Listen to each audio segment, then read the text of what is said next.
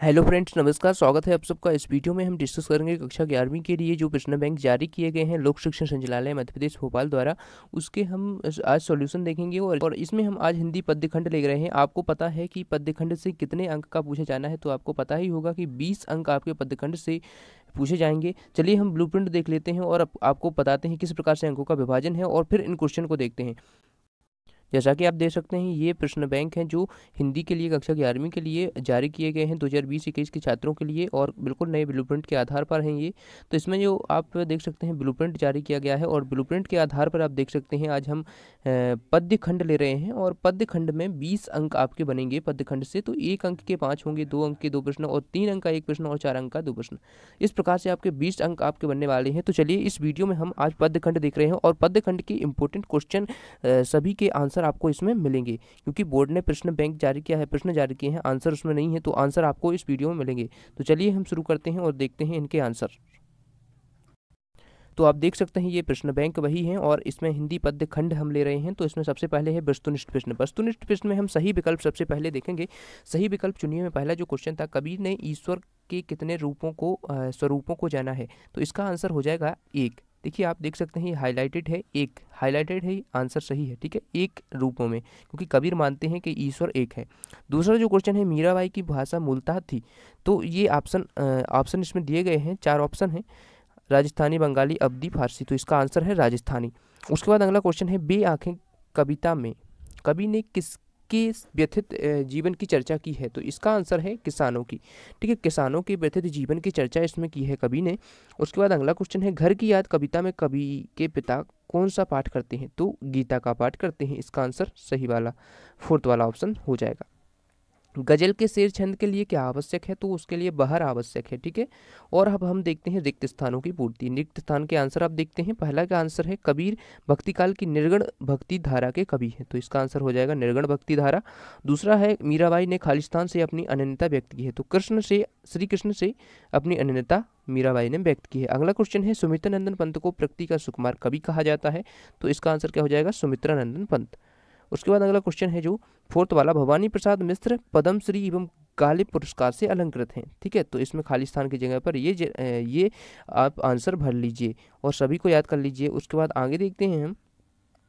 हाँ, question number 5 है इसका, कवि दुष्यंत ने वृक्षों के साए में धूप लगने की बात कही है, तो यहाँ पर आप धूप भर लेंगे।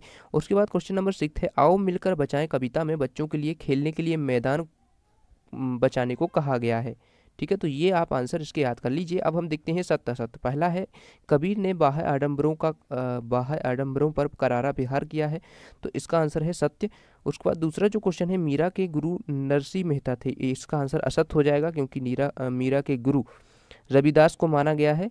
ठीक है, तो इसका असत्य हो जाएगा। उसके बाद क्वेश्चन नंबर 3 है, किसान के पास उजरी नामक एक गाय थी, तो इसका आंसर सत्य हो जाएगा। उसके बाद क्वेश्चन नंबर 4 है, कमीज न होने पर लोग अपने पैरों से अपने पेट ढक लेते हैं, इसका भी सत्य हो जाएगा। निर्मला पुतुल का आरंभिक जीवन बहुत संघर्षमय रहा, इसका भी सत्य आंसर हो जाएगा। अब हम देखते हैं सही जोड़ी बनाइए, इसके उत्तर देखते हैं। देखिए हमने सीधे उत्तर इसमें लिख दिए हैं। क्वेश्चन आप अपने प्रश्न बैंक से देख सकते हैं, जैसा कि आपको प्रश्न बैंक से मिल गया होगा क्वेश्चन इसका। तो आंसर हम देख रहे हैं, तो इसका सीधा हम आंसर देखते हैं, कबीर के पदों में रस है, तो शांत रस है। ठीक है, इसका आंसर सामने ही लिखा है ये। ठीक है, उसके बाद दूसरा जो क्वेश्चन है, कुलनासी कुल का नाश करने वाली कुलनासी कहलाती है, तो इसका आंसर सामने ही लिखा है। दूसरा है अगला वाला, वर्धो बेलों की जोड़ी वर्धो कहलाती है। उसके बाद गजल धूप के साय में, गजल धूप के साय में, ये दुष्यंत कुमार की गजल है। आओ मिलकर बचाएं, ये निर्मला पुतुल जी द्वारा लिखा गया है। उसके बाद हम आगे देखते हैं। अब देखते हैं क्वेश्चन नंबर 5। इसमें सबसे पहला जो क्वेश्चन है, कबीर ने पुस्तकीय ज्ञान की अपेक्षा किस ज्ञान को प्रमुखता दी है, तो इसका है व्यावहारिक ज्ञान एवं प्रत्यक्ष ज्ञान को कबीर ने प्रमुखता दी है। उसके बाद विष का प्याला किसने भेजा था, तो विष का प्याला राणा ने भेजा था।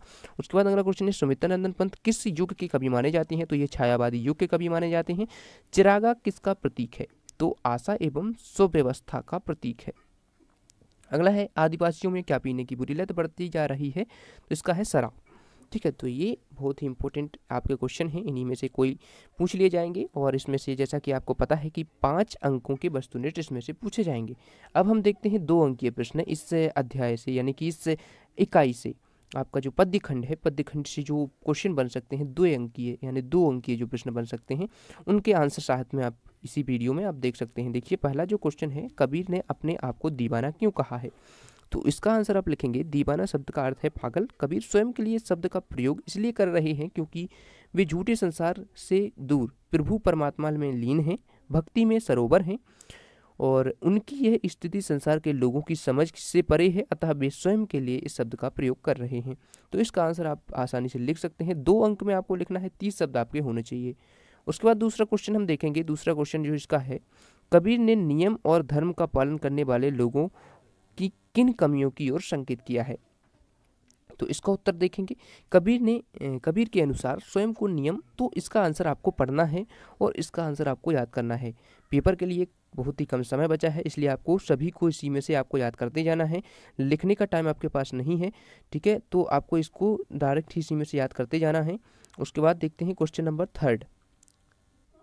क्वेश्चन नंबर 3 है, लोग मीरा को बावरी क्यों कहते हैं? तो इसका आप लिखेंगे, मीरा कृष्ण भक्ति में अपनी सुध बुध खो बैठती है, उन्हें किसी परंपरा या मर्यादा का ध्यान नहीं है। तो ये आपको पढ़ना है इसको और याद कर लेना है, ठीक है। यहाँ से आप इसको याद कर सकते हैं। और अगला देखते हैं हम क्वेश्चन नंबर 4, लोक लाज खोने का क्या अभिप्राय है? तो यही मीरा के पाठ से है।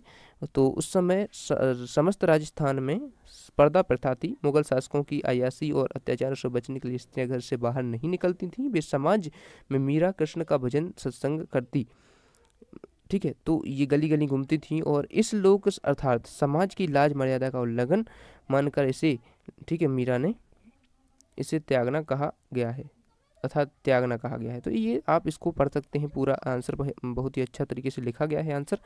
और क्वेश्चन नंबर 5 है इसका, मीरा ने सहज मिले अविनाशी क्यों कहा है? तो इसका आंसर आपको देखिए यहाँ पर लिख लेना है इस प्रकार से। क्वेश्चन नंबर 6 देखते हैं, कवि को उन आंखों से डर क्यों लगता है? उजरी कौन थी, उसकी विशेषताएं? तो उजरी किसान की गाय थी, उसकी विशेषता है वह किसान की पत्नी के अतिरिक्त किसी से दूध ही नहीं दुहाती थी, वह सफेद रंग की थी। ये विशेषताएं उजरी की बताई गई हैं। क्वेश्चन नंबर 8 है, डरते हुए भी कवि ने उस किसान की आंखों की पीड़ा का वर्णन क्यों किया है? तो इसका आंसर आप इस प्रकार से लिख सकते हैं, ठीक है। और क्वेश्चन नंबर 9 भी इसी प्रकार से आप इसका लिख सकते हैं। यहाँ पर लिखा हुआ है आंसर, सभी आपको आंसर इसमें मिल जाएंगे, पूरे आंसर आपको लिख के दिए हैं, तो आपको आंसर भी ढूंढने नहीं पड़ेंगे, ठीक है। और नेक्स्ट वीडियो जल्द ही आने वाला है, ठीक है। नेक्स्ट वीडियो में हम गद्य खंड डिस्कस करेंगे और पद्य खंड के जितने भी बचे हुए क्वेश्चन रहेंगे वो भी हम डिस्कस करेंगे, क्योंकि इसमें हम आज 2 अंकीय प्रश्न ही देख रहे हैं क्योंकि वीडियो ज़्यादा लंबा हो जाता है। तो क्वेश्चन नंबर 10 आप देख सकते हैं यहाँ पर, ठीक है। और जो आपके 2 अंकीय प्रश्न हैं वो ही आज हम डिस्कस करते हैं इसमें। तो 2 अंकीय प्रश्न में ये देख सकते हैं, इसका आंसर आप देख सकते हैं। और 11वें क्वेश्चन का, कभी उम्र भर के लिए क्यों पलायन करना चाहता है?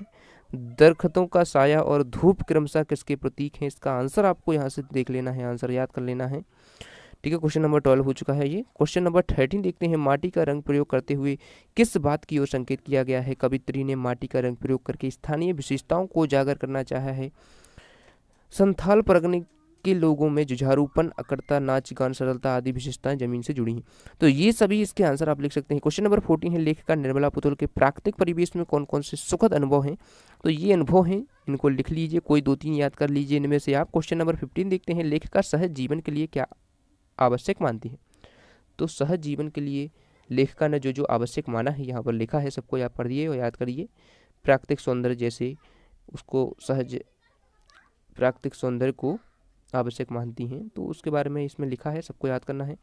देखिए अब हम 3 अंक के जो क्वेश्चन हैं वो नेक्स्ट वीडियो में देखेंगे ताकि आपको पढ़ने में आसानी हो। और ये 15 क्वेश्चन थे 2 अंक के, सभी के हमने आंसर देख लिए हैं। नेक्स्ट वीडियो में जल्द ही वीडियो आने वाला है और उसमें हम 3 अंक के प्रश्न और जितने भी 4 अंक के प्रश्न भी इसी इकाई से हैं, पद्य खंड से, वो हम जल्द ही डिस्कस करेंगे। तो चैनल को अभी तक सब्सक्राइब नहीं किया है तो कर लीजिए और नेक्स्ट वीडियो का इंतजार करिए। Thanks for watching.